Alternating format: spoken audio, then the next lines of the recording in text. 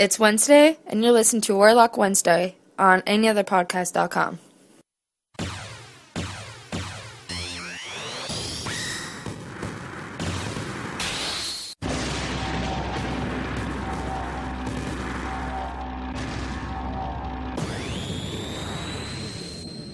Good evening, afternoon, morning, wherever time you're listening to this, everyone. It is Wednesday. That means it's time for another Warlock Hour with Razor, and here on Ehnother Podcast Network. And got kind of a lot of things to do, but I'm going to try and get through it as quickly as possible, doing this a little later than I normally do, so I'm a little tired, but we're going to try and get through it all. Alright, so we're going to kick off everything with comic releases. So this week from DC, a lot of things from DC this week. Not too much that I personally read, but so I've made a list of quite a few, all number 17, so I'm not going to say the number, I'm just going to read the titles for these ones, because they're all number 17. Action Comics, Batwoman, Catwoman, Birds of Prey, Green Lantern, Justice League, Nightwing, Supergirl, Wonder Woman, all issues number 17, all coming out today, Wednesday. Recording this on Monday, but when you're listening to this, these comics will be released. Also from DC this week, Justice League of America number 1. Okay, moving on to Marvel, a little bit of smaller list because they don't have as many titles being released this week. Avengers number 6, Captain Marvel number 10, Nova number 1, Savage Wolverine number 2, Deadpool number 5, Superior Spider-Man number 4. So that's your Marvel and DC list. So here's your independents. Dark Horse Comics, Conan the Barbarian number 13, from Dynamite Entertainment, Bionic Woman number 8, Vampirella number 26, and from IDW Publishing, 4 titles for you: G.I. Joe number 1, Judge Dredd number 4, Star Trek Countdown to Darkness number 2, Teenage Mutant Ninja Turtles number 19, and Spawn number 228. So those are your comic releases for the week, and like I said, some of those DC titles are not really for me, but you might like them, and that's why I'm telling you when they're coming out. So that being said, that's it for comics this week. We're going to take a look at the box office from this past weekend. Now, here in Canada, it was a holiday weekend. The States also had President's Day. I don't know if that's an actual holiday or if it's just, hey, it's President's Day. I'm not 100% sure either way. So let's get to the box office top 10, and we had a few new ones crack the top 10, so there's going to be some new titles in this list, and number 1 is a brand new title, opened on Valentine's Day, so it's got a 4-day weekend, and it's raking in 24.8 million, and that's a good day to Die Hard. So Die Hard's still going strong after all these years, and Bruce Willis still brings it. It's a typical Die Hard movie, in my opinion. I really enjoyed it. I went and seen it on Valentine's night. Would have went and seen it with my girlfriend, but she's 3,000 miles away. She did go see it. We both seen the movie the same night. She went 5 hours before me, approximately, just because of the time difference. But A Good Day to Die Hard would have been the perfect date movie for me and my girlfriend, which makes her just absolutely amazing. Bruce Willis is Bruce Willis. If you like him, you'll enjoy the flick. If you don't like him, I'm thinking of a friend I know and also kind of a famous actor by the name of Kevin Smith, who's not a sponsor, but he doesn't like Bruce Smith anymore ever since working with him on Cop Out. I love both guys, so hey, I'll support them both. But Bruce Willis did a very good job in this one. The one-liners are there. The action is there. If you like the Die Hard series, I'm pretty sure you'll like this movie. I did, and obviously the numbers show that it was the number 1 movie this weekend. And that is pretty good considering the number 2 movie this weekend, which brought in 23.6 million, is Identity Thief, which was number 1 last week. And I work at a movie theater, and this weekend has been absolutely insane when it comes to these 2 movies. It was very close in hand a lot of times, and also the 3rd movie, which is a new movie this week called Safe Haven. It's based on a Nicholas Sparks book, so we all know what that means. That means romantic comedy, and that means On Valentine's Day weekend, it's going to be popular. Safe Haven came in at 21.4 million to nab the number 3 spot, and those 3 movies, like I said, very busy. The 4th one at my theater that was extremely busy was the new kids movie. When I say kids movie, I mean an animated, made for kids, meant for kids, not what parents think are kids movies. And I'm going to get to parents and kids a little bit later on, and you may not like it, some of you people out there, but I have some opinions on it.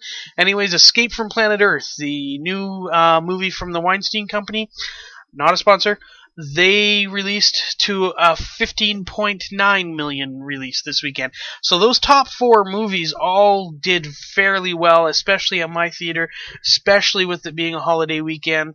It was extremely busy for those 4 movies, and then, the trickle-down effect, whereas because those movies were selling out, other movies were also picking up some extra business. So rounding out the top 5, Warm Bodies dropped from number 2 to 5 just because of all the new releases and everything, and that made 8.8 million. And I think everybody who listens to this knows how I feel about that stupid movie. Number 6 was another new movie, Beautiful Creatures, 7.5 million. Number 7, Side Effects, 6.2 million. Number 8, Silver Linings Playbook, so it's coming back down the list now. As we get closer to the Oscars, I have a feeling it'll continue to drop just a little further, because once the Oscars happen, and they see who wins that first weekend or that week, it might do some business, but then it's going to start dropping down the list as new movies come out, and as we get closer and closer to the what Hollywood calls the summer season. They start the summer season of movies in May, and this year the first movie in May will be Iron Man 3. So that's according to Hollywood, the start of the summer season. We all know summer doesn't start till June 21st, so but hey, we're not Hollywood. So Silver Linings Playbook at number 8 at 6 million. Hansel and Gretel Witch Hunters at number 9 with 3.5 million, and Zero Dark 30 hanging on to that 10th spot. Another one of those films that are nominated for Oscars with 3 million. And I usually round these up just because, some of them are like, for example, Good Day to I said 24.8. It's 24,825,000. When I said Zero Dark 30 at 3 million, that was the exact number. There's no other number there. It's 3 million. That's how much it made this weekend. So that's pretty insane. Just a report, an update, if you will, on The Hobbit. It's at 299.8 million. So I figure it needs, to read it fully, 299,870,000. So it needs $130,000 to crack the $300 million mark, which I said it would do. It's taken a little longer than I thought, and I think it's just because of the quality of the movies that have come out and the timing of the movies that have come out. Also, the screens are dropping for the amount of screens that The Hobbit is playing on. It made 985,000 this weekend, so if it cuts that in half, that's going to be about 400,000 for the weekend. I predict by next week, when I do this and sit down next Monday to record this for you next Wednesday, I predict that The Hobbit will have cracked the $300 million mark, meaning I was right in my prediction that it would crack the $300 mark. $300 million mark. $300 mark? I think it cracked that a long time ago. So that's your top 10, and we're going to get to the new releases for this coming week. And we only got 2 coming out. Unless you're in one of those lucky cities that get some of those limited artsy-fartsy type movies that I like to say that usually come out. They come out in like 20 theaters and nobody's ever heard of them, and But the main releases for this week are Dark Skies, which are from the producers of Paranormal Activity and I think Insidious or something like that. That right there turns me off because I hate the Paranormal Activity franchise.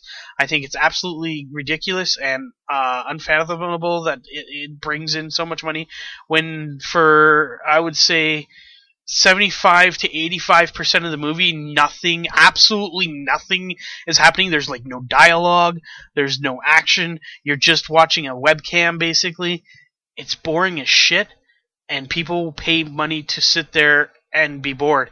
I have to go into a theater every half hour to make sure that the picture looks good on the screen, and that people don't have their feet up on the back of the chairs, ruining the chairs, or maybe even disturbing the guests, and also that they don't have their cell phones on, because you're not supposed to have your cell phone on during the movie. I went into this movie when it was there. The latest one, I don't know, 4, 5, 6, 700. I don't know what the hell they're at. I don't care because I hate these movies. And I noticed somebody with their cell phone on, so I walked up the stairs to the person. I almost sat down beside him. I kind of got in close, and I said, "Look, I know the movie's as boring as hell, but you got to turn off your cell phone." So, I mean, these movies are so bad that it makes you want to look at your cell phone because there's nothing going on the screen. Your cell phone is more important. There's probably more action going on the cell phone. Throw the Angry Birds around, It's not a sponsor, by the way. Angry Birds is not a sponsor, but, we'll take it, but not a sponsor. So, it's so freaking annoying that this happens, that movies that people are paying, especially these days, hard-earned money to go see a movie, that nothing's happening for a huge chunk of the movie. And then it all happens within like a span of like 10 to 15 minutes at the end, and then the movie's over. It doesn't seem like those are movies that maybe should be direct to video or video on demand or something, like come out on DVD every 4 months, because honestly it's not taking you much to make these movies, and you're raking in hundreds of thousands of dollars, which blows my mind that people are dumb enough to go see these movies. So that aside, I'm not sure how I feel about Dark Skies. It does have an actor I like in it, but if I do see it, it'll probably be way down the line when it's on a TV movie or something like that. And the actor I'm referring to is J.K. Simmons. I just like his acting. He's a very good actor. He's done so many things, most memorably for me recently, because he's done other stuff in the past, but recently, in the past 10 years, most memorably for me was when he played J. Jonah Jameson in Sam Raimi's Spider-Man trilogy.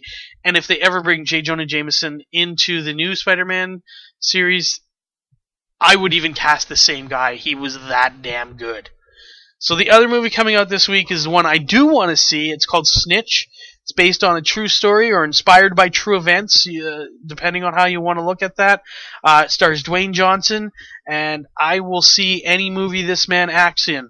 I love him. I've been a fan of his since he was in the WWE, which he's kind of returned to for a little bit. But I've been a fan of his for a very long time. I think he's turned into quite the action star. Even though he's already at 40 years of age, he's still, he was a wrestler for, 20 some odd years, so the guy is in physical great condition. So when you're looking for action stars, you want somebody who's, when I grew up, the action stars were Sylvester Stallone and Arnold Schwarzenegger and Bruce Willis and Jean-Claude Van Damme, and those were kind of the action stars of the movies that I watched. There was a few others, but those were the main key ones. You can't sit down and name great action stars right now. You can name people who've done action movies that were good, but you can't name full-on action stars. The first one that comes to mind of the modern day and age of action stars are Jason Statham and Dwayne Johnson. And both those guys are not young cats. So, seriously, we need some young actors who are good at acting to become these next generation's action stars, because there hasn't been that many. Now, we might have a few. We've got the Hemsworth brothers. We've got Liam and Chris, and they're both doing action movies, and they could be doing action movies for quite some time. Other than that, I can't think of too many that have done the action genre good that can still act very well. So that's something to see. Now, Snitch is Dwayne Johnson. I will see it. It's not a straight-out action movie. Basically, what it is his son's being arrested for trafficking drugs, and the only way he's going to get him off the charge is to bring down the whole thing, because his son didn't know he was trafficking drugs. He was given a package. Always check the package, people. Come on, let's be realistic here. And he was given this package. He got arrested. He's in jail. So now his father, played by Dwayne Johnson, is going undercover to basically find the people behind all this. And to me, it just sounds like an interesting story. Of the 2 movies that are coming out this weekend, if I do see anything, it definitely will be Snitch, and that's provided I got time with all the work that I do. Alright, so that's your new releases and your box office news for this past weekend and everything. So let's get into some entertainment news. So since the last time I recorded, we have a few tidbits of information coming your way. Peter Dinklage, you people might know him from Game of Thrones. He's going to be in the X-Men Days of Future Past. It's official. Singer wrote it on his Twitter. He released it. Said, officially like to welcome Peter Dinklage from Game of Thrones to X-Men Days of Future Past. Very, very excited. Now, Dinklage's character has not been confirmed as to who he will play. A lot of people want him to play Puck, who is a member of Canada's mutant team Alpha Flight. Now, any of you know Peter Dinklage? He's a little person. I'm not sure what the PC term is anymore. It changes all the time. People call them dwarves. Little person. I know a comedian who still refers to himself as a midget. So, trying to be as PC as possible. But Peter Dinklage is not a tall man. He's a little bit shorter than I am. I'm not a tall man. But let's face it, Puck would be perfect for this man. However, it's not been confirmed. Now, the only problem I have with Puck is that I don't think Fox, not a sponsor by the way, who owns the rights to the X-Men franchise, has the right to use the characters from Alpha Flight, which is the mutant team of the Canadian mutant team that of heroes that was around. So I don't know if they actually own that. Maybe they think they do because they're mutants. Maybe he will not have a name. Maybe he will just kind of be dressed in the outfit and we'll just kind of say, oh, he's supposed to be Puck. But also, there's the whole point that with the success of the Avengers, that Disney, who owns the rights to the Marvel franchises, that Marvel still owns the movie rights to, that they could be in negotiations to somehow get Wolverine into the next Avengers movie, which I would absolutely love. Wolverine is a big part of the Avengers in the comics, and that would be awesome. And in order to do that, maybe they're going to give up or allow Fox to use the members of Alpha Flight, not AKA, but in essence, allowing Peter Dinklage to play Puck. But, again, nothing's been revealed, so we don't know who he's playing. It just fits. There's pictures online, and you just go to a search engine of your choice and look up Peter Dinklage and Puck, and you will see some pictures of the character from the comics and him side by side, and you be the judge. Let everybody, let you be the judge to see if that's who you think he should play, because, looking at this man, especially in some of his shots and promos for Game of Thrones, and looking at the character of Puck, it's like he was made to play this eventually in his life. So here's hoping, but Peter Dinklage is going to be in X-Men Days of Future Past. Also talking about an actor returning to, or being confirmed, or possibly being rumored and whatever.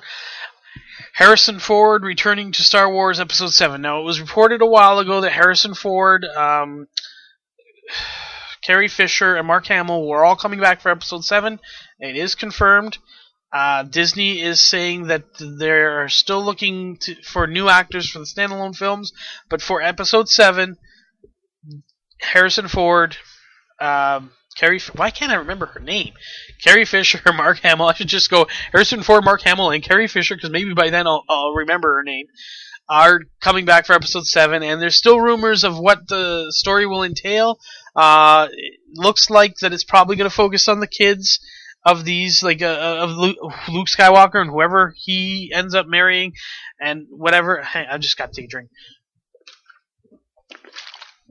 Whoever he ends up marrying, his child or children, as well as the Solos, Han and Leia, who they're going to have kids as well, and so it's going to focus on still the same basic families, but the children, and that's perfect. I mean, you got Carrie Fisher, who's in her 50s, 56, I want to say, and Harrison Ford, who's 70 years old. So I mean, and Carrie Fisher being the youngest, Mark Hamill's in there somewhere, but they're older. They can't carry 3 more movies by themselves. I mean, Harrison Ford's 70, for crying out loud. This could take up to 8 years before we see episode 9. 78. I mean, like, come on. He's not going to be doing that much more. He's got to be near the end of his acting career. Maybe he gets into the directing side of things. I'm not saying he's done as a professional, but he's got to be nearing the end of his acting career, as opposed to when he originally did these, when he was in the beginning of his acting career. So we'll have to see what happens there. All right. Continuing with casting news, I guess you can call it. Jason Momoa, who people might know and recognize from the new canon Conan the Barbarian, or more people might know him as Khal Drogo from Game of Thrones. Another Game of Thrones star getting not only an acting role, but an acting role in a comic book movie. Apparently he's up for and reading for and auditioning for the role of Drax the Destroyer. Now this is complete rumor at this point, and there's been no testing done or anything, but he's had a screen test. He's not been asked to. Oh wait, there was an update. Hang on. Okay, he has tested for it, but has no offer on the table, so he's not confirmed. However, he has done a screen test. Some of the other actors that have gone in for the role are Isaiah Mustafa, Dave Bautista, and Brian Patrick. Those are the 3 other guys that the article lists that have tested for this role for Drax the Destroyer. So, according to sources, this is the article written by the Latino Review, and they've been pretty good with the Marvel news, so take it with a grain of salt as always, but according to sources, Momoa's screen test went so good that Marvel offered him the part, and his reps have now countered, so the negotiations are ongoing. However, they go on to say, clarity alert, my sources are telling me Jason Momoa tested for Drax the Destroyer in Guardians of the Galaxy, but at this time has no offer. So that's the 2 quotes. So basically, he has tested. He went to London to screen test on Wednesday. This would have been last Wednesday, by the way. So obviously, because I'm reporting it now, which is Monday when I'm recording, it was last Wednesday. And so he's a good possibility. Now, I haven't read the Guardians of the Galaxy. I probably never will.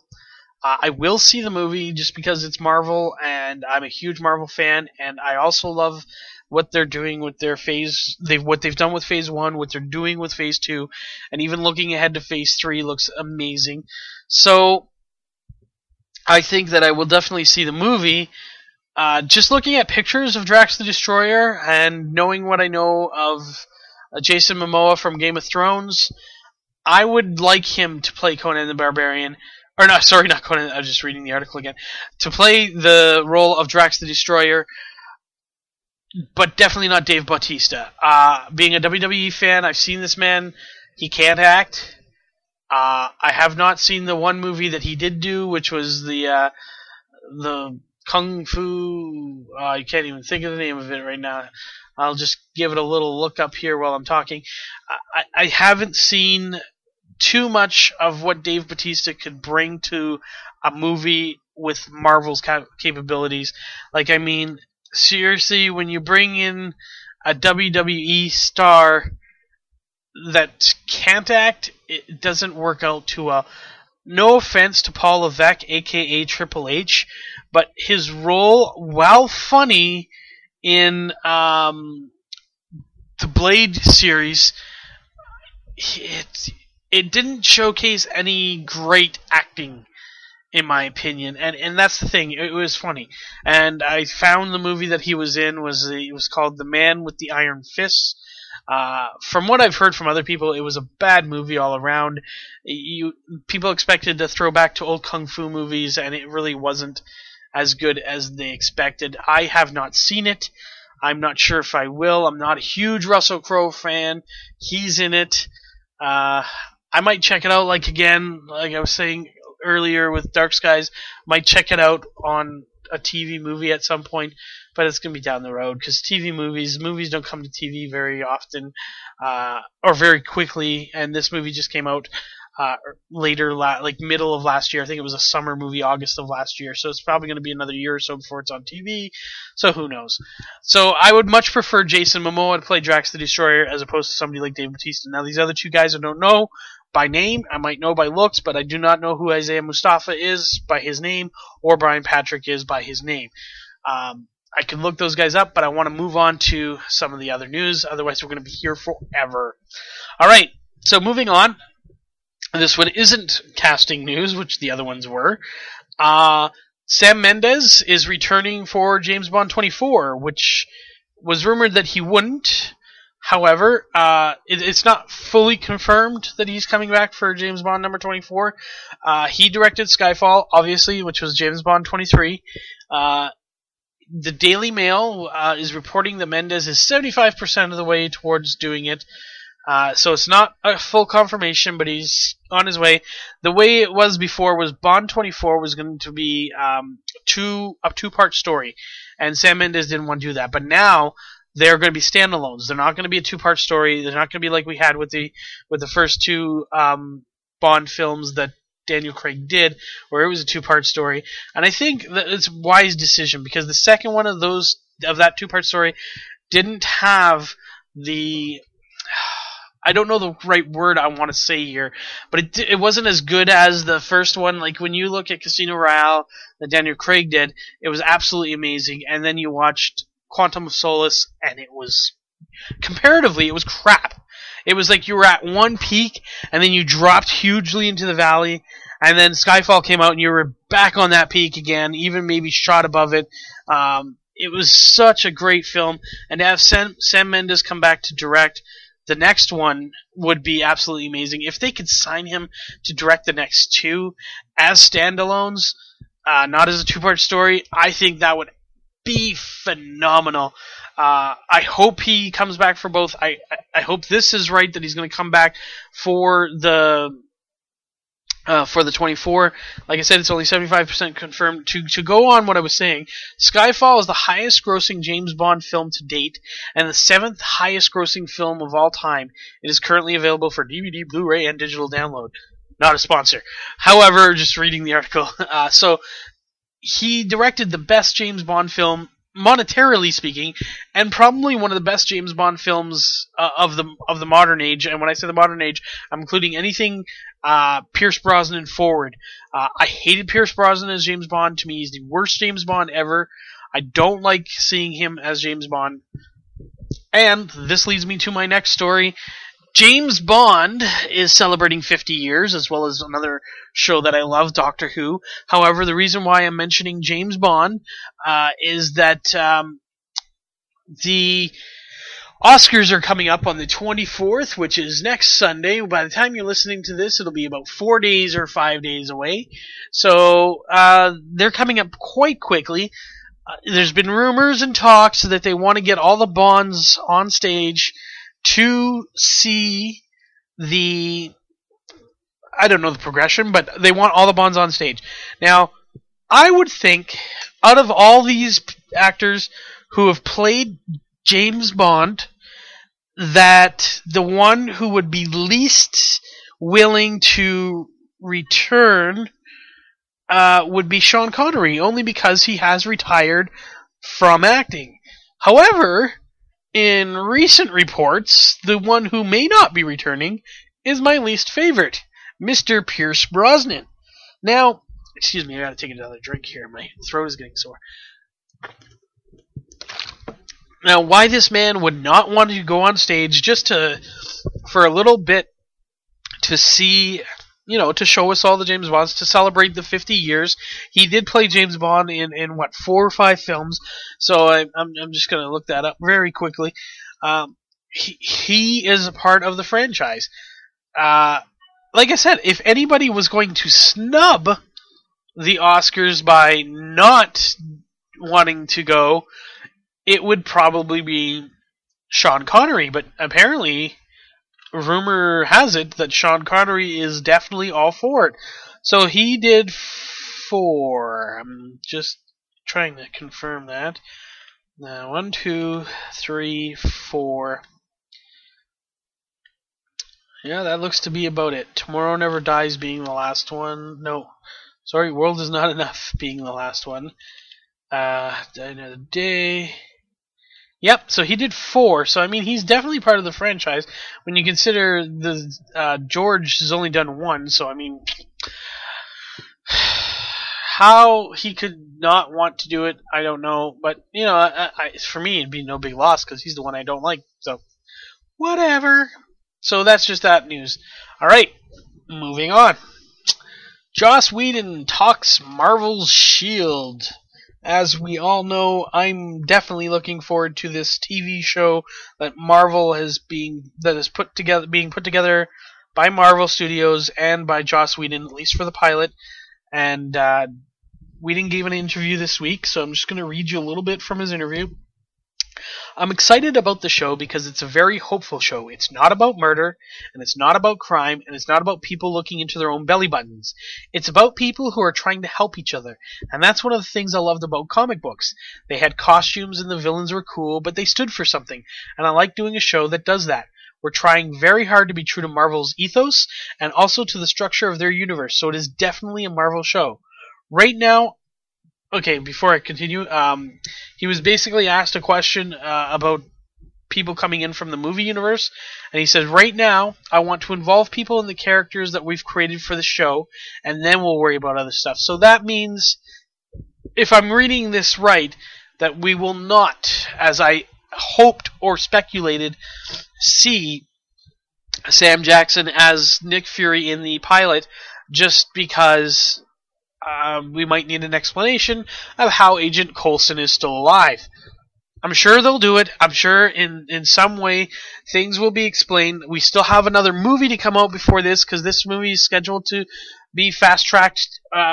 Not fast-tracked, but it will be fast-tracked because they just finished production this past week and on the pilot. And it's being fast-tracked by ABC to premiere this fall. They want it to premiere this fall, so it is being kind of fast-tracked. Because some movies take a little while, or some TV shows take a lot in production. Like, TV shows for this coming fall might have started in pre-production last fall. Whereas this one just, boom, like this year. It's all been 2013, this movie, this TV show. So, working on it like this, they're trying to fast-track it. So we still have Iron Man 3, which comes out in May, where we could get an explanation of Phil Coulson being alive. Maybe we'll see a little snippet. And then we also have Kobe Smulders, who, as you all know, plays on How I Met Your Mother, not a sponsor. She was playing Maria Hill in the Avengers movie, and she will not be in the pilot just because of scheduling conflicts, because they were doing the pilot while she was still filming How I Met Your Mother.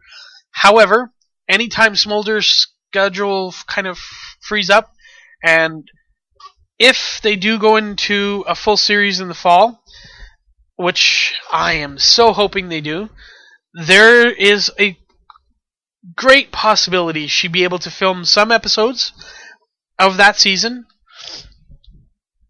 with her schedule with How I Met Your Mother. And then, because next season of How I Met Your Mother is the last, she could join the show full time, because I think, and I hope, that S.H.I.E.L.D. will be around for quite a long time. So that's that. Moving on. Alright. got a lot to talk about today, so I'm trying to pace myself. As we all know, Star Wars these days has been everywhere.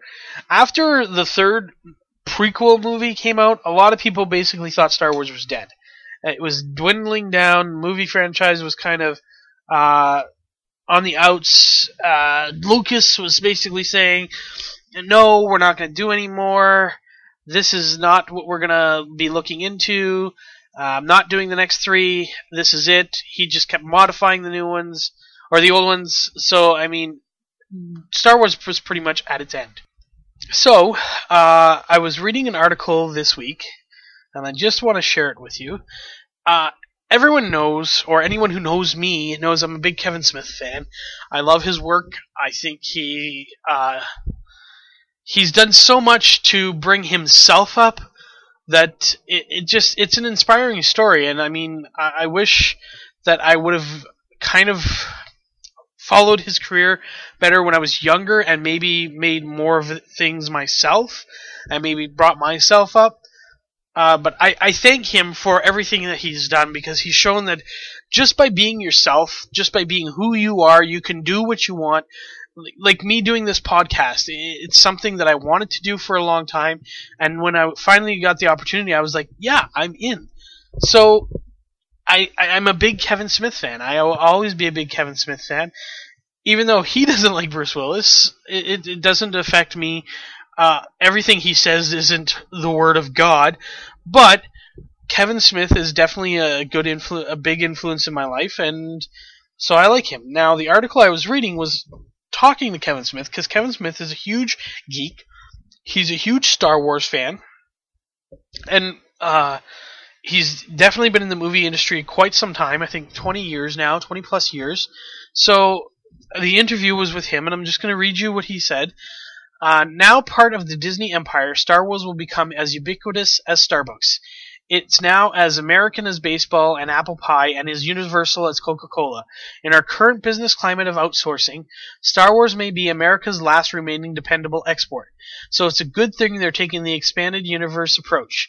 Giving Yoda, Boba Fett, and Han Solo their own movies is creatively and financially ingenious. Grouse though they may that it's not their Star Wars, in quotations, every old school fan will line up to see a Yoda origin story. You can't call it the commodification of Star Wars, because the creator himself first commodified Star Wars a long, long time ago in a decade far, far away, with toys and bed sheets and inflatable lightsabers. Star Wars has always been big business. It's a roller coaster ride in a theme park, thrilling fun and good for repeat business. And as you leave the ride, you're compelled to buy a t-shirt and snow globe memento. Disney paid billions for Star Wars, but with the JJ news and now the subsequent info about the spin-off flicks, they're going to make double what they paid in the first 10 years alone. After that, the financial force will be with them always. This man makes a great point. Star Wars was bought by Disney for just over $4 billion, and within the next less than 10 years, with Star Wars Episode 7 coming out in 2015, and these origin stories, and within the next 10 years we're going to have episodes 8 and 9. Within that 10 years, definitely within that 10 years, they will make more than $4 billion. And not just with movies, with the franchising, with toys and everything else that comes with Star Wars. They are going to make their money back and then some. And Kevin Smith is absolutely right. And I don't care if you like him or if you don't like him. He makes a great point. He knows the business very well. Not extremely well, but he knows the business well enough that what he says is definitely a valid point, and I definitely agree with him. Okay, now, continuing kind of on with Kevin Smith, mid last year, around July, Fox decided they were going to order this new series called Short Comedy Hour. Shortcom Comedy Hour will showcase 4 short-form sitcoms, which the network is calling Shortcoms, in a 1 hour long episode. Sorry, I can't read. Both up-and-comers and established talent will be featured in the one-act scenes. Fox hopes that the summer series will also act as a new form of development for future multi-camera shows, saying that the best vignettes will be given series orders.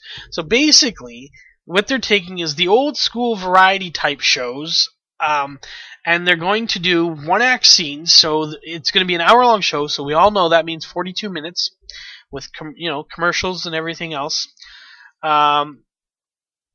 So they're going to take 42 minutes and break it down into 4 or 5, 6 to 10 minute spots or vignettes, and there'll be different actors in each one. There'll be different directors for each one, and they'll basically be doing almost like a pilot. So they do this over 6 to 10 episodes over the summer. And basically what happens is for 6 to 10 weeks, you will be seeing a scene or a scene or two, probably just one scene for a length of time running from anywhere from 6 to 8 minutes or a little bit longer depending on the individual skit. And so, week 1 you'll see 6 minutes, and then week 2 you'll see 6 minutes, and then week 3 you'll see 6 minutes, and so on down the line. But in week 1 you'll also see another 6-minute skit of something else, and another 6-minute skit of something else, and another 6-minute skit of something else. So, or 6 to 8 minutes. Like I said, there's going to be 4 or 5 skits in that 1 hour, but they're going to be all different. And then each week you continue on, and the best ones could be given a full series. So it's a kind of a developmental project for Fox, not a sponsor, and it's interesting to me because in one of those skits, Kevin Smith will be in it. Kevin Smith is going to be on TV in a quote-unquote sitcom, or shortcom in this case, along with another person I'm a big fan of, Ralph Garman. He's also confirmed that in his skit, Shannon Doherty will also be in it, so she has TV cred. So this is amazing. Now, they filmed this last Wednesday, and they're just waiting to hear from Fox about if it actually will launch in this summer. The article I just read from was from July 2012, so they still don't know if it's going to air, but it's a very good chance that we could see this comedy sort of, I don't know how to explain it exactly right. It's like a variety show, like an old school variety show, and basically what's going to happen is if it's picked up, we're going to see these little vignettes each and every week, and it's going to be pretty funny, hopefully, and the best ones will be picked up in the series, and I would love to see Kevin Smith with his own TV series. Now, for those of you who listen to the Ehnother Podcast Network, you know that this past Monday, Ehnother Monday was quite a short one just because of the holiday weekend, and that's understandable. My colleague, James, reported that an asteroid would be cool to hit Earth in the ocean just so we can find out about it. However, I don't think he realized that if an asteroid actually, like the size of this asteroid, which was, I believe he mentioned it being the size of a football field, which I think that's kind of what I got from it too, crashed into the ocean, it wouldn't matter that it hit the ocean because there'd be tidal waves, there'd be disruption in the magnetic fields, there would be a lot of issues to worry about other than going to find this. So, I'm sorry, James, but I would not want to see an asteroid crash into the ocean. That being said, we were kind of hit with an asteroid this past week in this universe. Bits and pieces of the 50-meter wide space rock that went past the Earth actually dropped little things off in Moscow. This is actually quite sad. There was around 1,000 injuries, 200 children. None of them well, most of them were not serious, and most of the injuries were reported that it was actually east of Moscow, 950 miles east of Moscow. 3,000 buildings sustained damage. The shockwave as the meteor broke up during its entry into the atmosphere is kind of what did most of the damage. The meteor blazed through the morning sky around 9:20 a.m. local time in Russia. Understandably, early reports were contradictory and occasionally bonkers, with the expected rumors of UFOs and at least one report that the meteor had been shot down by a Russian fighter plane. This is the article, yeah. Expect that to be dissected thoroughly as things go on. So yeah, Russia was hit with meteor rock, and it was definitely not fun. 1,000 people injured. That is very sad, but it's a part of living how we are. Now, that being said, there was a press release that came out before Russia's meteorite shower that was from UC Santa Barbara. They basically said they have details of solar-powered system of asteroid destruction, all based on either technologies that already exist or those that will be available in the very near future. The project, conceived by UC Santa Barbara physicist and professor Philip M. Lubin, along with Cal Poly, San Luis Obispo professor and researcher Gary B. Hughes, is called Directed Energy Solar Targeting of Asteroids and Exploration, or DSTAR. And the article here says, I hope I don't have to point out that that sounds exactly like Death Star, said by someone whose tongue had been telepathically ripped out by Lord Vader. So, the D-Star is actually a series of proposed numbered systems that can escalate in size, ranging from a desktop device to one measuring 10 kilometers or 6 miles in diameter, with those larger, currently unattainable models teasing interstellar travel and asteroid mining. But a smaller, more realistic model of the D-Star 2 is about the size of the International Space Station, with an array of solar-powered lasers that could push asteroids and comets out of their orbit, especially when their orbits are headed right for our living rooms, aka Earth.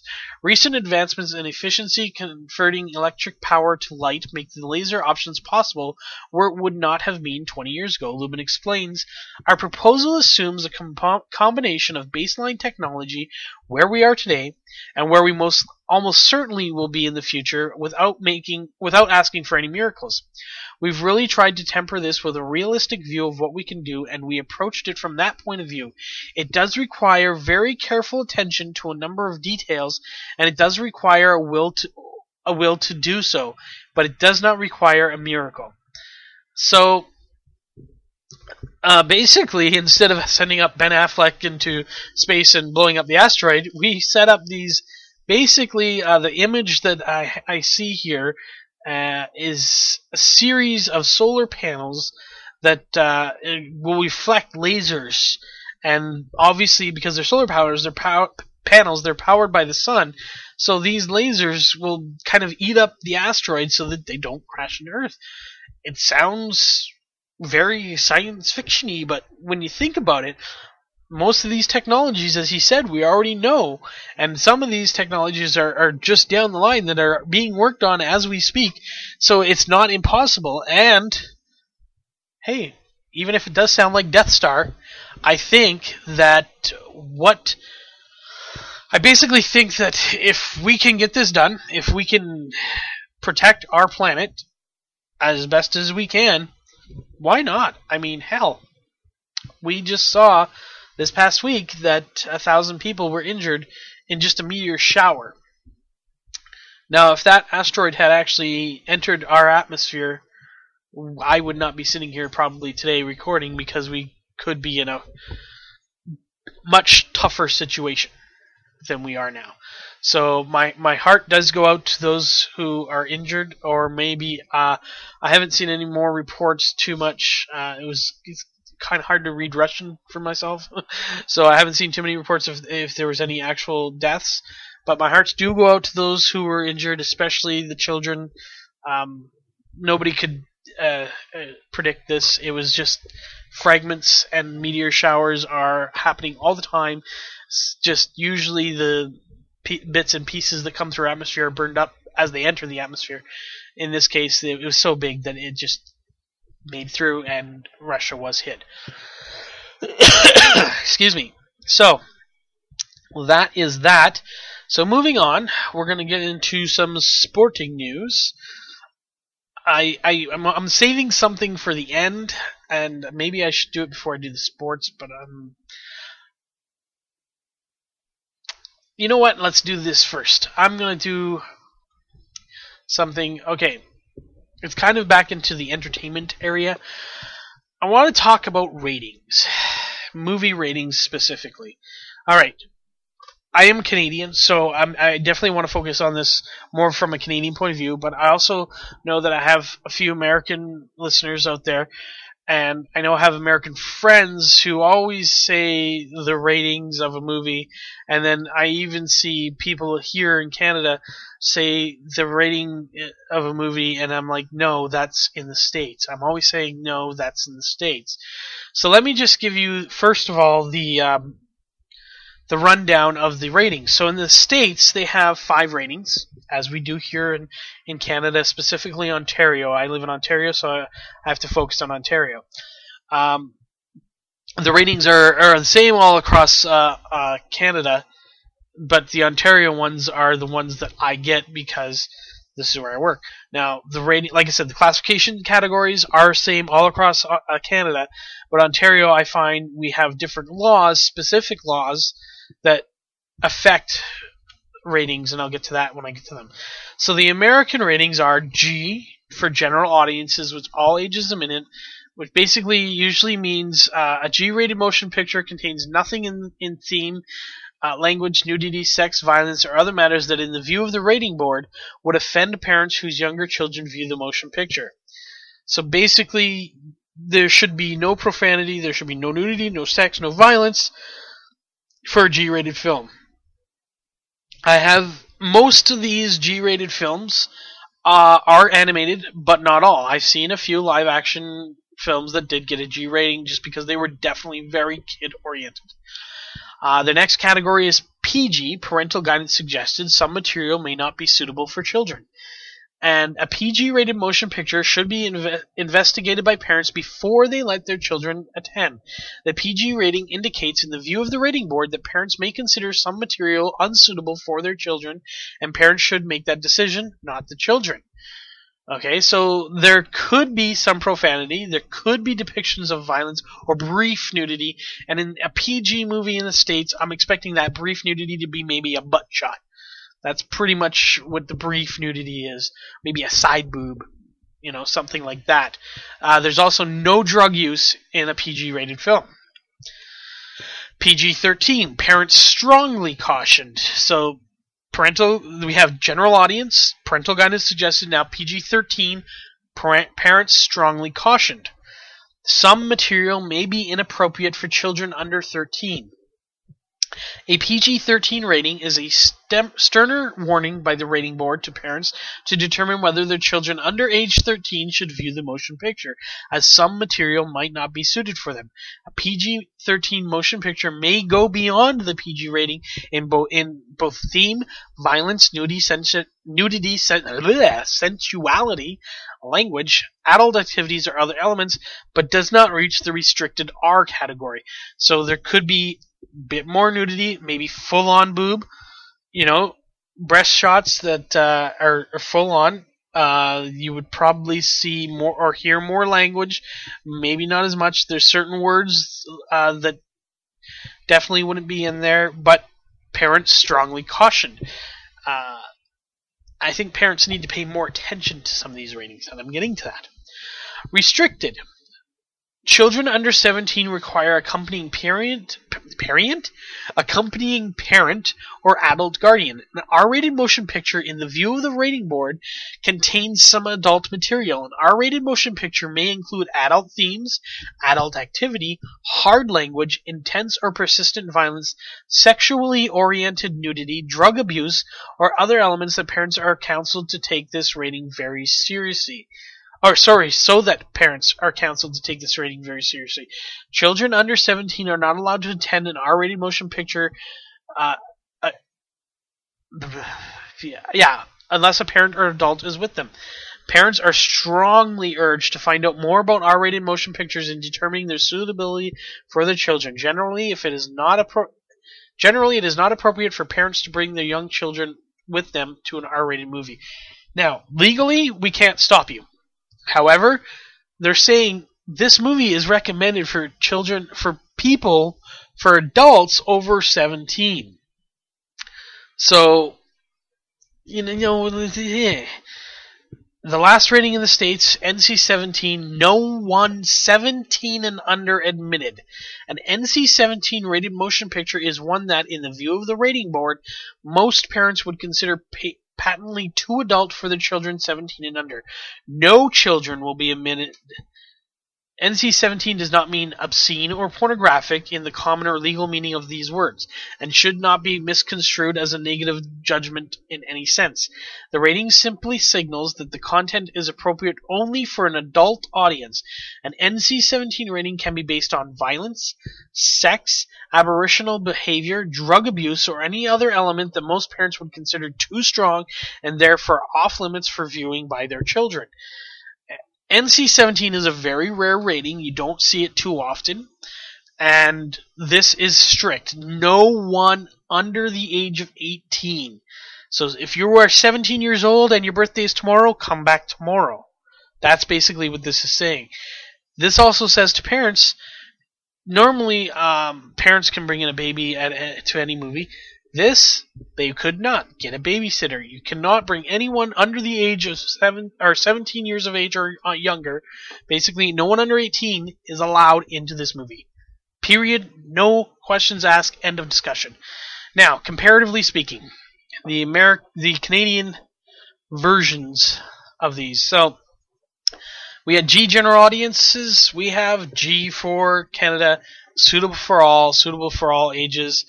And that's exactly everything I said with the American one basically applies here. There will be no nudity, no sex, no swearing, no drug abuse, no anything like that.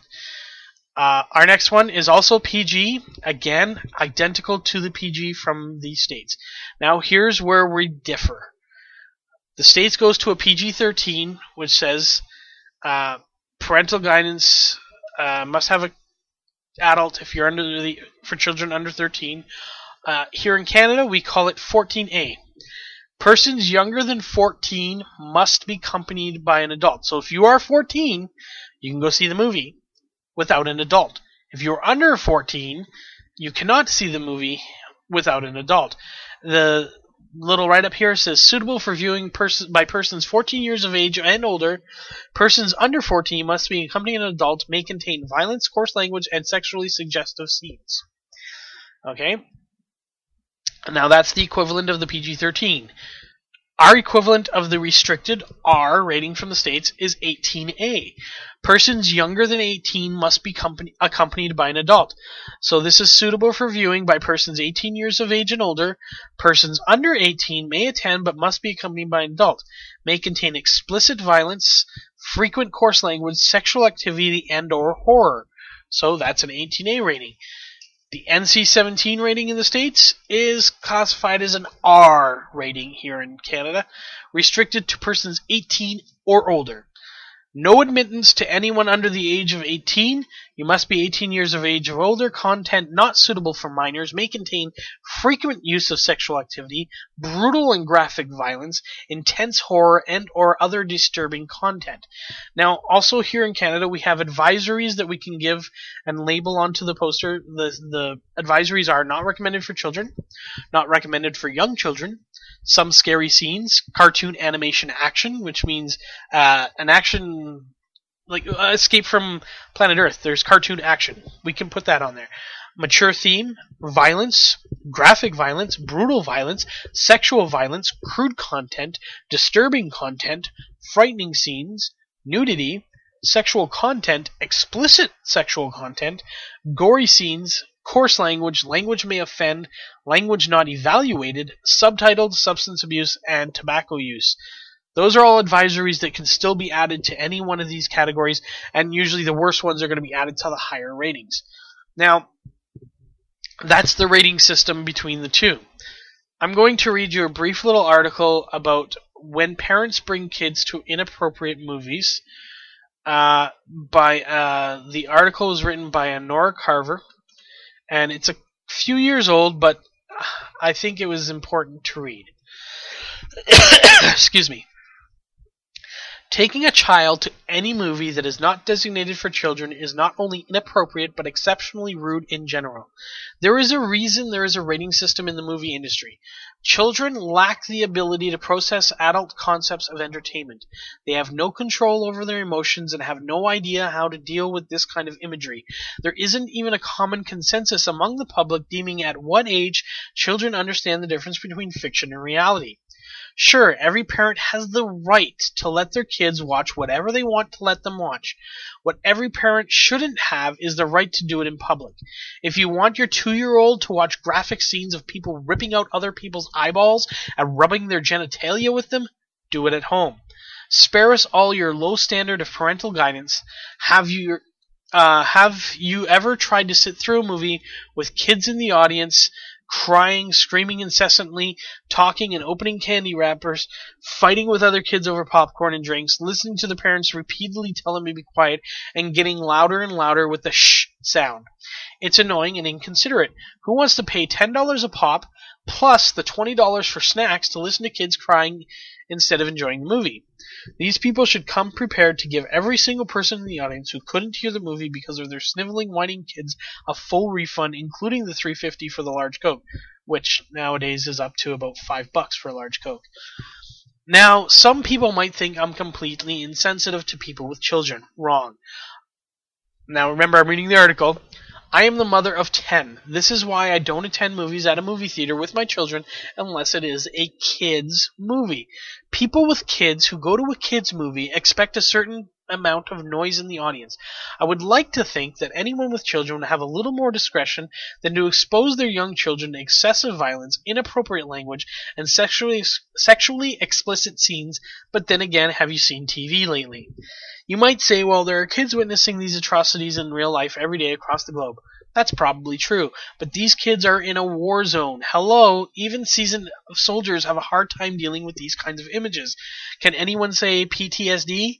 In my opinion, anyone who takes a child to the movie theater to see an adult movie ought to be investigated for child abuse.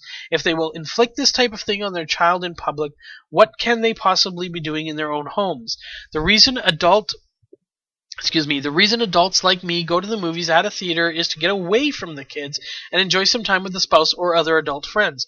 Couples go to movies to enjoy being a couple. Snuggling through a horror movie or a tear-jerking love story is what couples do. Not only is taking children to an adult movie annoying to the other people in the audience, but it causes the other adults in the audience to be uncomfortable, even embarrassed.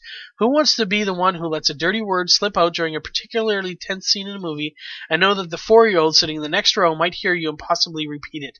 An adult movie is exactly that. It's adult entertainment. You wouldn't take your kid to a strip club, would you? Of course not. It's illegal. And taking kids to adult films, in my opinion, should be too. Okay, there's a lot of truth in that. I work at a movie theater, and I see parents bringing kids to movies that kids should not be watching. There are movies that have been out for a while that are higher rating. For example, a few weeks ago, I saw a parent bring a child that could not have been more than 8 years old to watch a movie called Django Unchained.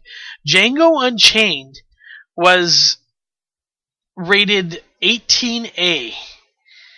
18A, as we saw, says suitable for viewing by persons 18 years of age or older. Persons under 18 may attend but must be accompanied by adults. So they covered that, right? But may contain explicit violence, frequent coarse language, sexual activity, and or horror. Django Unchained was quite graphic in its violence. There was a lot of blood. There was a lot of language. There was a lot of use of the N-word. I don't know. I don't want to go there. But it was set in slavery times, so that's what they referred to the slaves. And there was a lot of that. I wanted to slap this mother because she was bringing a kid in to see this. Now, I had watched this, and it mind-boggled me. Quite a few years ago, we seen this movie that was released called Passion of the Christ. Again, rated 18A. Yet all these religious families were bringing their little tiny 3 and 4 and 5 and 6-year-old kids to watch Jesus get the shit whipped out of him. Are you fucking insane? I don't care that it's a religious movie and you're trying to teach them things. You don't bring a child to watch a movie where the guy is getting whipped repeatedly in a very graphic manner. Like, it was absolutely insane what was happening at that time. What is happening now. Even movies that are very sexually oriented, very violent, very profane. I am seeing children being brought to these movies, and it makes me want to really just slap these parents because they're not doing their job. I am sorry that you have a child that you feel the need to bring to a movie that you have no choice because you want to see it yourself, and maybe you can't afford a babysitter, or maybe you couldn't find a babysitter. Then maybe you shouldn't be going to that movie at that time. Wait until you can find somebody who can watch your child, or go see a child's movie. Go see a movie that your child can see and is not going to psychologically damage them. Like, it's just absolutely insane what I see parents bringing their kids to. It's not freaking... Like, it's not rocket science here. If it's not recommended for children, maybe you shouldn't be bringing your 6-year-old to watch it. Like, as that article said, would you bring your child to a frigging strip club? Of course you would not. It pisses me off to no end that parents still bring their children to see these movies that are so not for children. I found this site, and it's not a sponsor, but I'm definitely going to recommend it to any parent out there with children under the age of 14, maybe even children under the age of 18. I know I don't know a lot, but I know there are a few children out there that, even though they are 18, 19, 20-year-olds even, who are not mentally at that age. They're developmentally delayed. They are childlike. It doesn't matter what the reasoning is. There's many reasons this could happen. There's nothing wrong with that, but maybe they shouldn't be watching certain movies until their mental capabilities are there. Now, I found this site called Kids in Mind. It's kids-in-mind.com. And I'm going to recommend it. It's not a sponsor. However, it is American, so you would have to kind of compare the ratings. But they don't use the ratings. They show you what the rating is, but they don't use the ratings to determine whether you should bring your child to the movie. What they have is they have 3 categories. They have sex and nudity, violence and gore, and profanity. And they rate it on a scale of 1 to 10. So, to give you a few examples, Escape from Planet Earth, which is the comic, the cartoon movie that came out this past week, got a 242, which means it got a 2 out of 10 for sex and nudity, a 4 out of 10 for violence and gore, and a 2 out of 10 for profanity. So what that tells me is there's probably some jokes in there for adults, but it's mostly for kids. And the violence, it is a movie about aliens escaping from Earth, so there is going to be some, the U.S. Army, and they're fighting the aliens, so there's going to be some violence.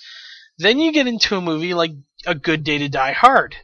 Okay, it got a 366. So it got 3 out of 10 for sex and nudity, 6 out of 10 for violence and gore, 6 out of 10 for profanity. That tells me there's a lot of violence, and a lot of profanity. I'm not going to bring my kid to it. Okay? Safe Haven, another movie that came out this week. Sex and Nudity got a 6. Violence and Gore got a 5. Profanity got a 4. So while it is a date movie, it is again not recommended for children. It was given the PG-13 rating in the States, and I believe a PG rating here in Ontario. Then you got a movie, Side Effects. Now this is what pushed me over the edge. Side Effects is basically, I'm going to read you the synopsis that's written here just so I can get it right. Shortly after her husband is released from prison for insider trader activities, a woman begins taking a new medication to help her deal with severe depression. When one night she commits murder but has no memory of doing so, she is remanded to a mental hospital for observation by a psychiatrist. Excuse me. Now, it deals with drug abuse, it deals with murder, it deals with a lot of adult themes. It got a 7.66 on this website. 7 out of 10 for Sex and Nudity, which tells me there's a lot of sexual connotative scenes. There could be some nudity in the movie. There's definitely going to be a very adult factor when it comes to Sex and Nudity. Violence and Gore got a 6. Profanity got a 6, so there's going to be language, there's going to be violence. She commits murder. We don't know how graphic it is. It got a 6, so it's probably not too graphic. But still, do not bring a child to it. Now, I looked up Django because it wasn't one of the newer movies. It was an older movie. And it got, on this website, a 6.97 in the categories. Now, if you click, I was just giving you the brief rundown. If you click on the link for the movie, it actually tells you what scenes or what things are happening. So, for Sex and Nudity, it got 6. A man hanging upside down by the feet is nude, and we see his genitals, the side of his bare buttock and bare chest. It gives you details of what's going on, so you as a parent can read this and say, well, maybe I don't want my child to see some guy's penis hanging down while he's being hung and whipped. Maybe that's something I don't want my child to see. What is another thing it says here? A man bathes in a body of water. We see his bare chest, shoulders back. That's not bad. A woman is removed from a hot box where she has been kept as punishment, and we see she is nude. We see her nude side from the shoulders to the feet is seen in the fetal position. We see a glimpse of bare breasts. So it tells you in detail of what to expect. So maybe you don't want your child to see that. And then it says Violence and Gore got a 9. Now, I've seen this movie, and it is quite gory. It is a Quentin Tarantino film. If you have watched any Quentin Tarantino film, he's very violent with his movies because he that's what he likes. That's what he knows his audience likes. So a man shoots a man, blood sprays. Then shoots a horse in the head, blood sprays. It goes on and on with different things. And that one is so long because there's so much violence and gore because it got a 9. Profanity, 7. About 28 F words and its derivatives. 16 scatological terms, which means shit and all that. 27 anatomical terms, which refers to genitalia or something. 42 mild obscenities. 98 derogatory terms for African Americans. Name calling, all the racy stuff that would happen in the 1800s. Okay, a man is referred to as a black slaver. 27 religious profanities, 5 religious exclamations. So it is a site, and it even adds stuff in. Like, those were the 3 categories. It says substance abuse. 2 men drink beer in a saloon. Men drink alcohol and smoke while 2 men fight. A woman drinks champagne. A man drinks beer. So it gives you such great detail. This is a site I have to recommend. Again, it's not a sponsor. Again, that website is kids-in-mind.com. If you are a parent and you're not quite sure about a movie that you're taking your child to, please give this site a look. Please educate yourself, because seriously, bringing your child to these movies that are not for children whatsoever, it you deserve to be slapped really, really hard at the best. Like that's the lowest thing that you deserve.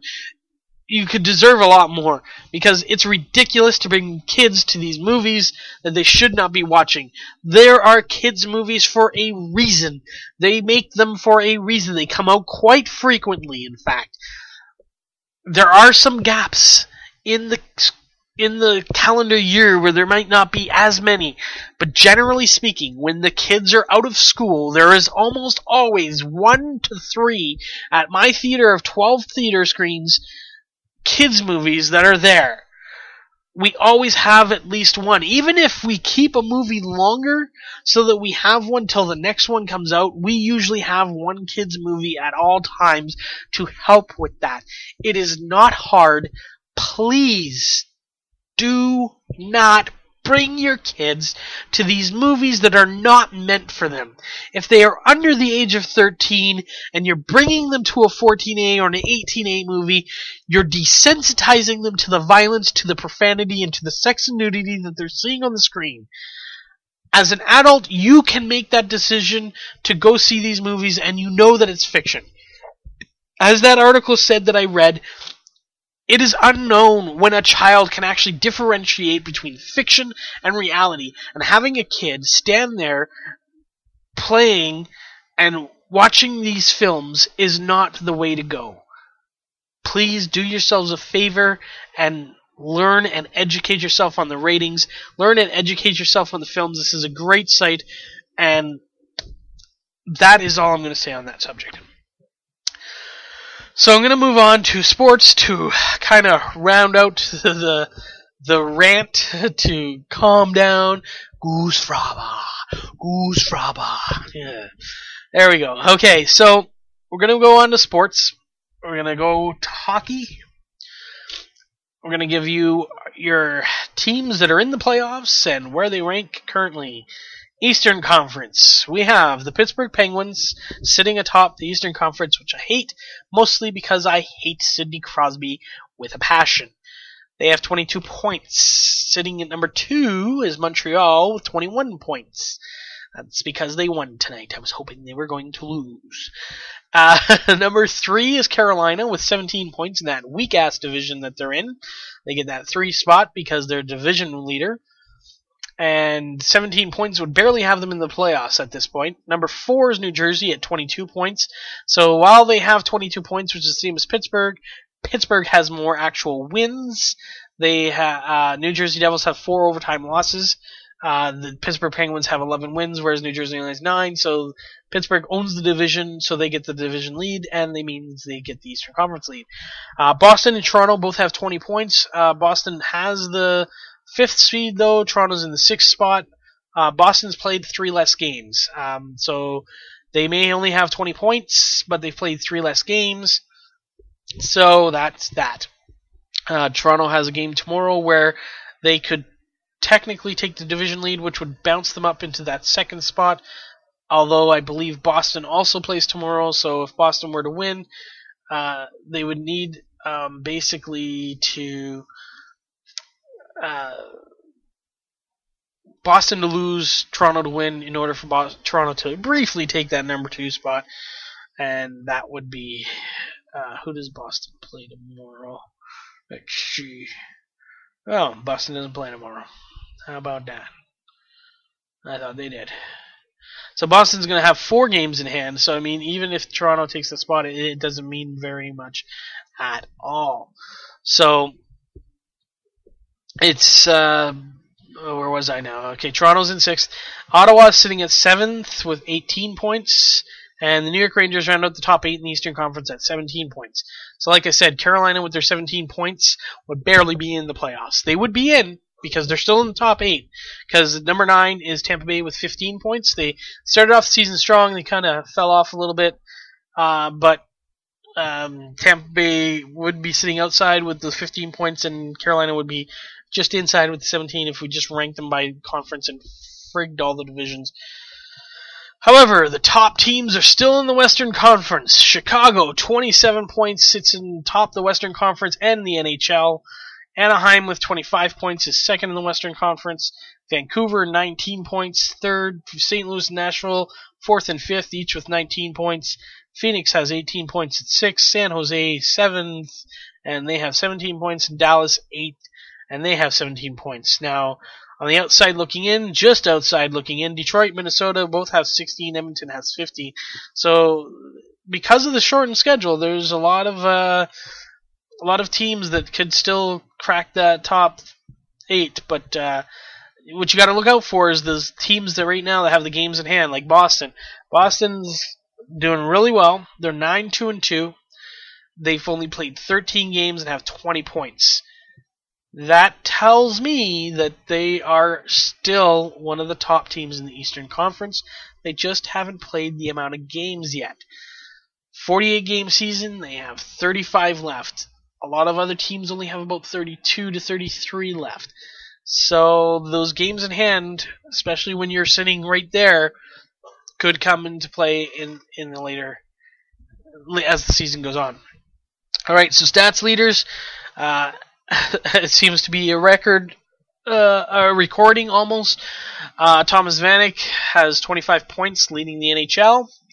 He has 12 goals, which leads the NHL. Sidney Crosby and Martin St. Louis lead in the assist category with 17. And plus minus goes to Francois Beauchamp of the Anaheim Ducks. In the goaltending leaders, we have a new goals against average leader, and that's Pekka Rinne of the Nashville Predators, sitting at 1.58. Craig Anderson had a little bit of a bad week. He's sitting at a .948 save percentage, though, they still have the save percentage lead. Wins goes to Victor Faust. He was the backup goalie in Anaheim, then Hiller got hurt, and Faust has just been lights out perfect, basically. He's been phenomenal. He doesn't sit alone with the 8 wins, but I wanted to mention him first because he's been so great. And Carey Price and Marc-Andre Fleury each also have 8 wins. Shutout leaders, Pekka Rinne and Mike Smith, both with 3. Those are your shutout leaders. All right, so 3 stars from the week. All right, so excuse me.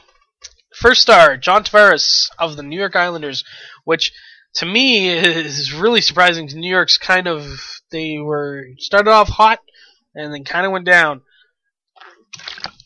However, they did win 2 of 3 this week.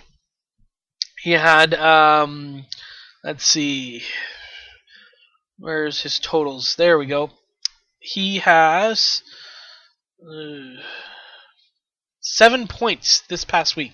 He had 6 goals and is it 6 goals?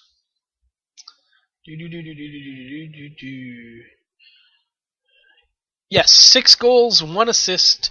No, sorry, 5 goals, 2 assists. I can't read. 5 goals, 2 assists this week, so that made him the number 1 star. Number 2 star, the man I just mentioned recently, Victor Faust, I'm guessing German goalie? Maybe not. I better not say that because I might be getting it wrong. Maybe I could check out, find out. Of the Anaheim Ducks, he was he is Swedish. Just look that up. How about that? Victor seems more of a German name, but apparently it's Swedish as well. So Victor I'm just trying to go back to the page and my computer's being a dick. Okay. He was the second star of the week. He had a record of 3 wins, no losses, with a 1.89 goals against average and a .935 save percentage. And that's helped the Ducks to their 11-2-1 record. He's basically been, I think, perfect since he's come in. Yes, he's 8-0 as a starter. He hasn't lost yet.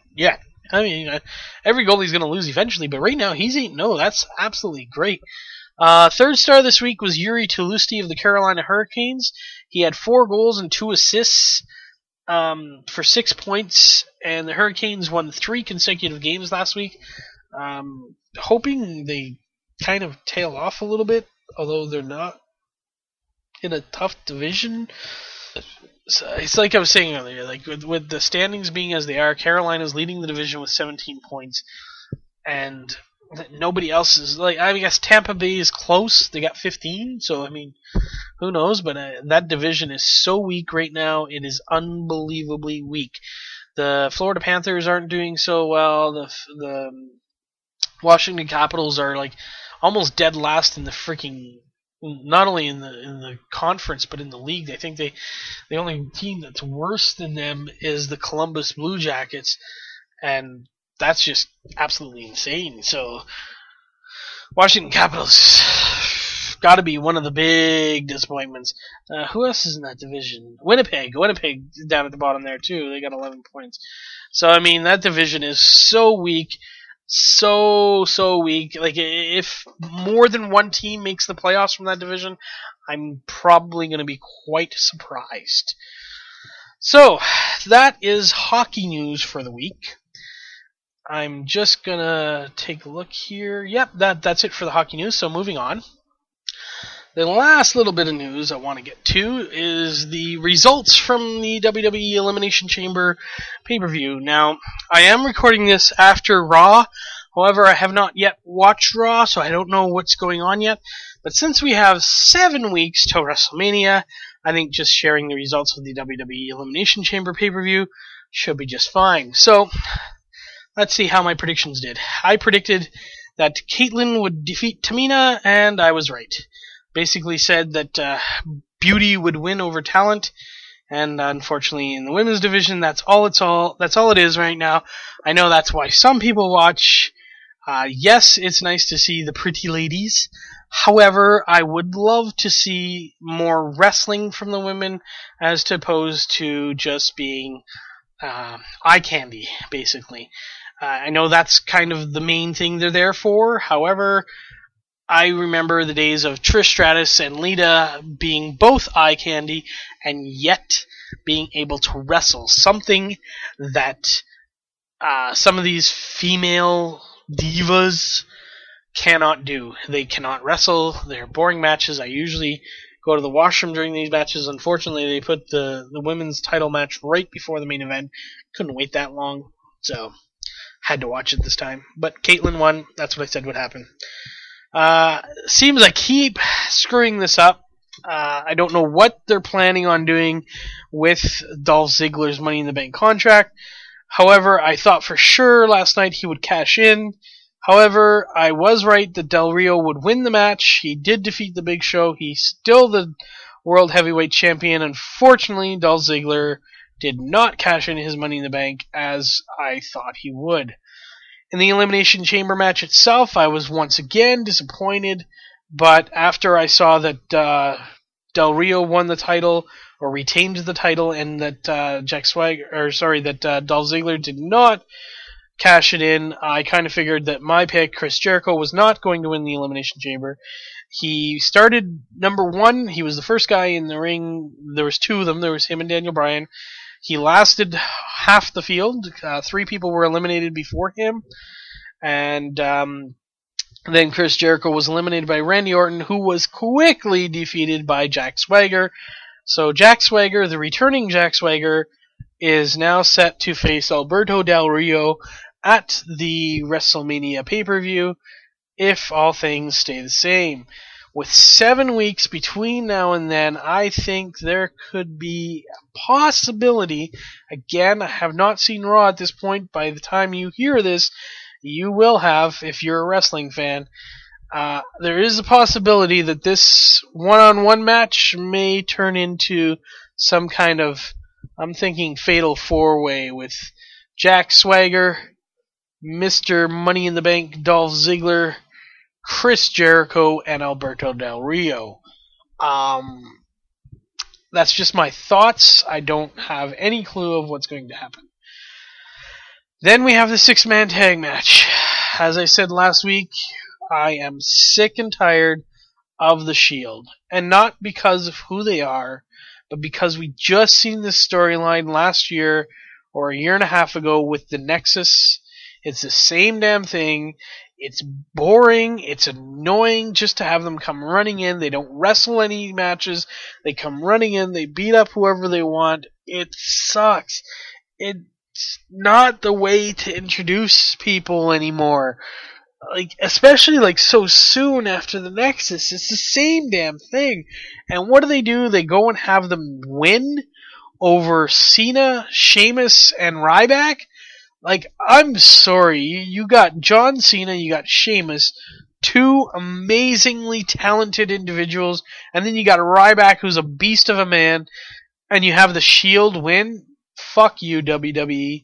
I'm getting sick of this storyline. End the Shield. End this. Let them become the wrestlers that they're going to become. Look at Wade Barrett. Wade Barrett was the leader of the Nexus. Yes, that went on a long time. I do not want to see the Shield carry on that long. It's got to end sooner. Let them become the wrestlers they're meant to become, or fire them. Get rid of them. I don't care. I'm sick and tired of it. We had an impromptu match, so I couldn't predict a winner. Dolph Ziggler faced Kofi Kingston, and as soon as the match started, I knew Dolph Ziggler was going to win, but I couldn't predict it last week because it was an impromptu match. So Ziggler won, and he defeated Kofi.